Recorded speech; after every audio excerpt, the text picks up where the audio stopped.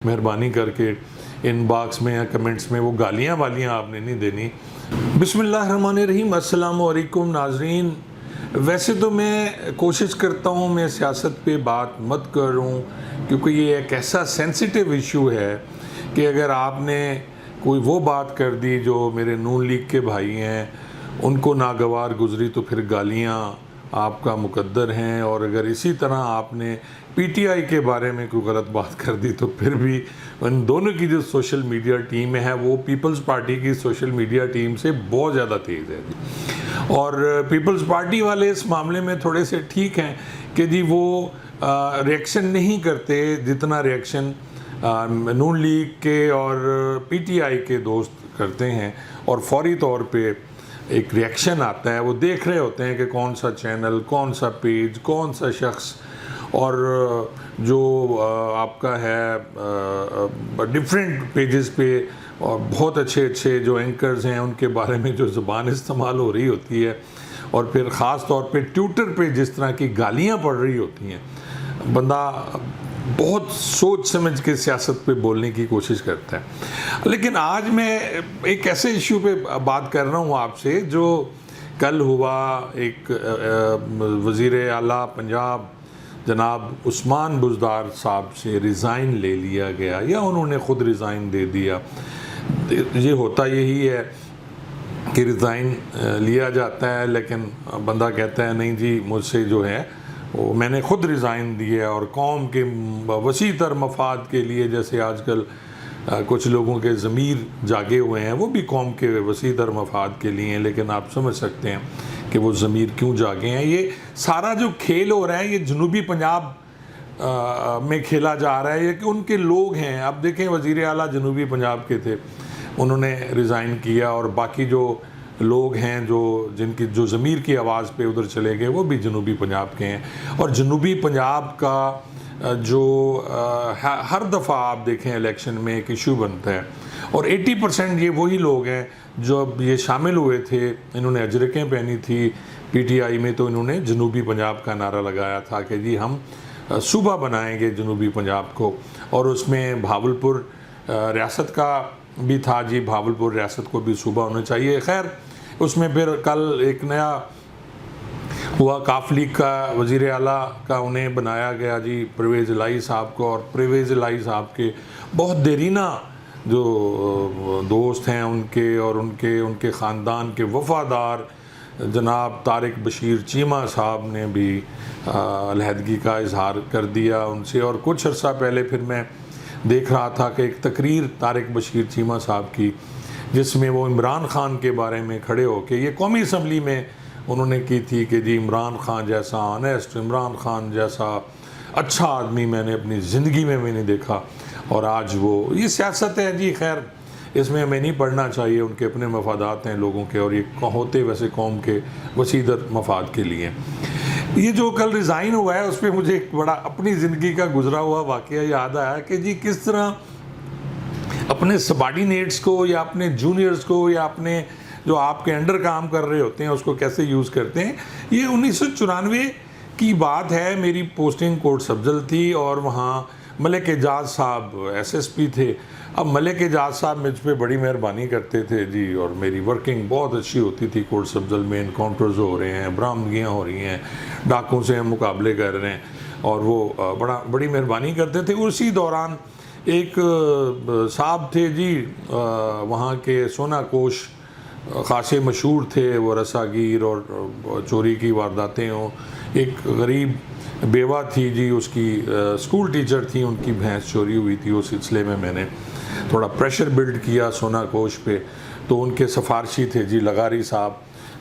ये पूरा जो रहीमाबाद है लगारियों के, उसमें अज़हर लगारी साहब भी हैं, उनमें उनके भाई हैं जो अभी नून लीग के एमएनए हैं, और फिर काफ़ी अभी मेरी उनसे बहुत अच्छे ताल्लुकात हैं।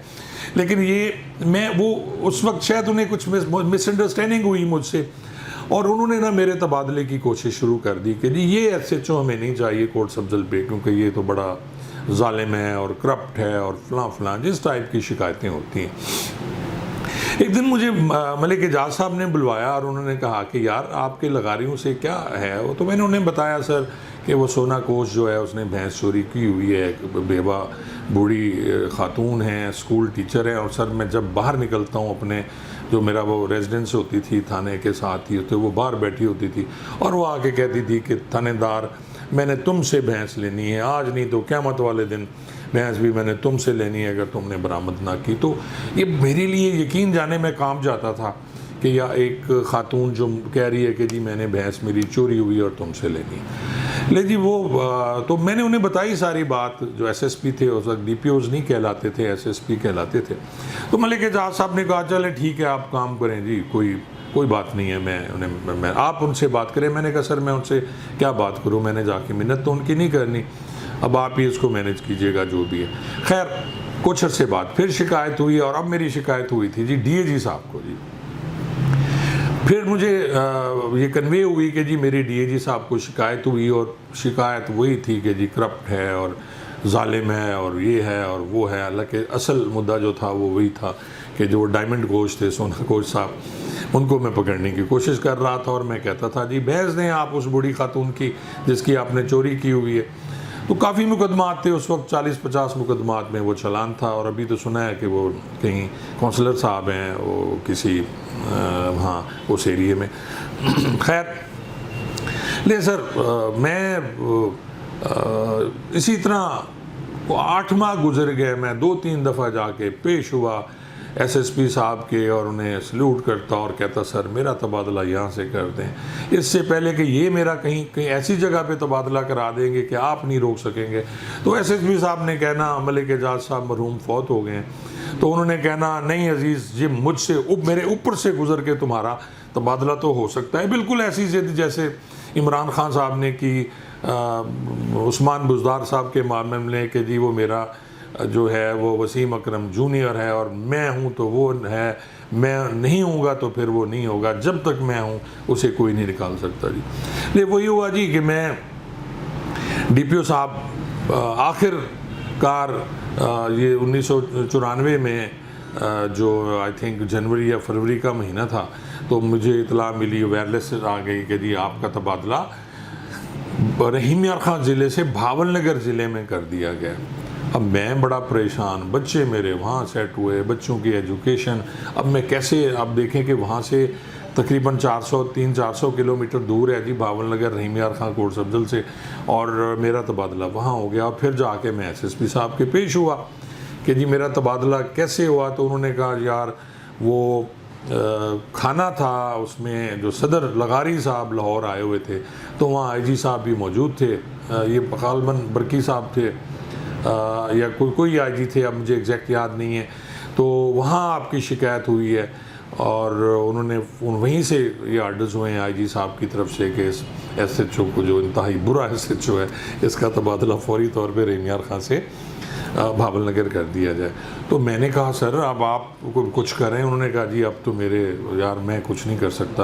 और मैंने कहा सर आप तो कहते थे कि तबादला आप मेरा ख्याल करेंगे, तो कहते जी मैं तो कहता था मेरे ऊपर से गुजर के तबादला होगा, तो मेरे ऊपर से गुजर के हो गया। तो मैंने फिर उन्हें कहा सर आप मुझे छुट्टी तो दे दें कुछ 7-8 दिन की, ताकि मैं कुछ करूँ। अब ये होता है जी कि अगर छुट्टी ले कर मैं वहाँ से, पुलिस वाले अक्सर करते हैं जी छुट्टी ले ली साथ ही मेडिकल सर्टिफिकेट भेज दिया या कुछ इस टाइप की हैंकियाँ शैंकियाँ हैं जो पुलिस डिपार्टमेंट की हैं। तो उन्होंने मुझे छुट्टी नहीं दी थी मलिक एजाज साहब ने। उन्होंने कहा नहीं यार फौरी तौर पे अब तू जाके हाज़िरी करा और इसका हल यही है, वरना बड़ी प्रॉब्लम हो जानी है, मेरे लिए भी प्रॉब्लम हो जानी है। तो मैं फिर मरता क्या ना करता जी, मैंने फौरी तौर पे उस थाने से अपनी रवानगी की और मैंने जाके भावलनगर रवानगी की। और तहसीन अनवर शाह साहब होते थे उन दिनों वहाँ, तो उन्होंने मेरी पोस्टिंग दारा वाले कर दी। खैर वहाँ से भी मैं फिर भाग गया। एक और लंबी कहानी है, मैं पैसे फिर रहीम यार खां आ गया था, लेकिन और फिर उन्हीं लगारी साहबान के थाने भोंगवे में मेरे ख्याल कुछ 5-6 माह के बाद मेरी पोस्टिंग मैंने वहीं करा ली थी।